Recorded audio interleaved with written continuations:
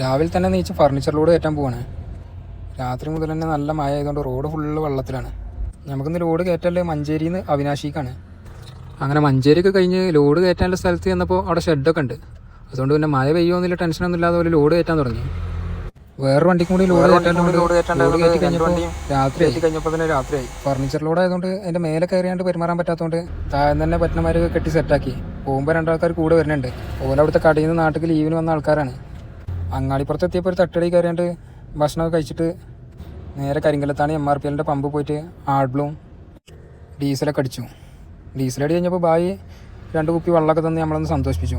നമ്മളെ നാട്ടിൽ നിന്ന് പുറത്തേക്ക് പോകുമ്പോഴാണ് കുടിവെള്ളത്തിൻ്റെ ഒക്കെ ഒരു ബുദ്ധിമുട്ട് കാര്യമായിട്ട് മനസ്സിലാകുക.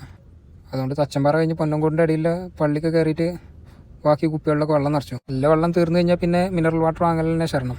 അങ്ങനെ പാലക്കാടൊക്കെ കഴിഞ്ഞ് നേരെ ഹൈവേ കയറി കഴിഞ്ഞാൽ പിന്നെ ടോൾ കൊടുക്കേണ്ടി വരുമല്ലോ എന്നുള്ള കാര്യത്തിലാണ് ഒരു സങ്കടം. പക്ഷേ ഈ ഭാഗത്തൊന്നും വലിയ കംപ്ലൈൻറ്റുകളൊന്നും ഇല്ലാത്തതുകൊണ്ട് വലിയ സങ്കടമൊന്നുമില്ല.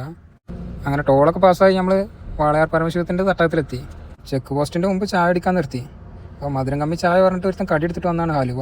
ഇവനാണ് ഈ കാര്യമായിട്ട് എന്തോ എഡിറ്റ് ചെയ്തുകൊണ്ടിരിക്കുകയാണ്. ചായയുടെയൊക്കെ കഴിഞ്ഞ് അവിടുന്ന് പുറപ്പെട്ടു. ബാക്കി പാർട്ട് 2 കാണാം.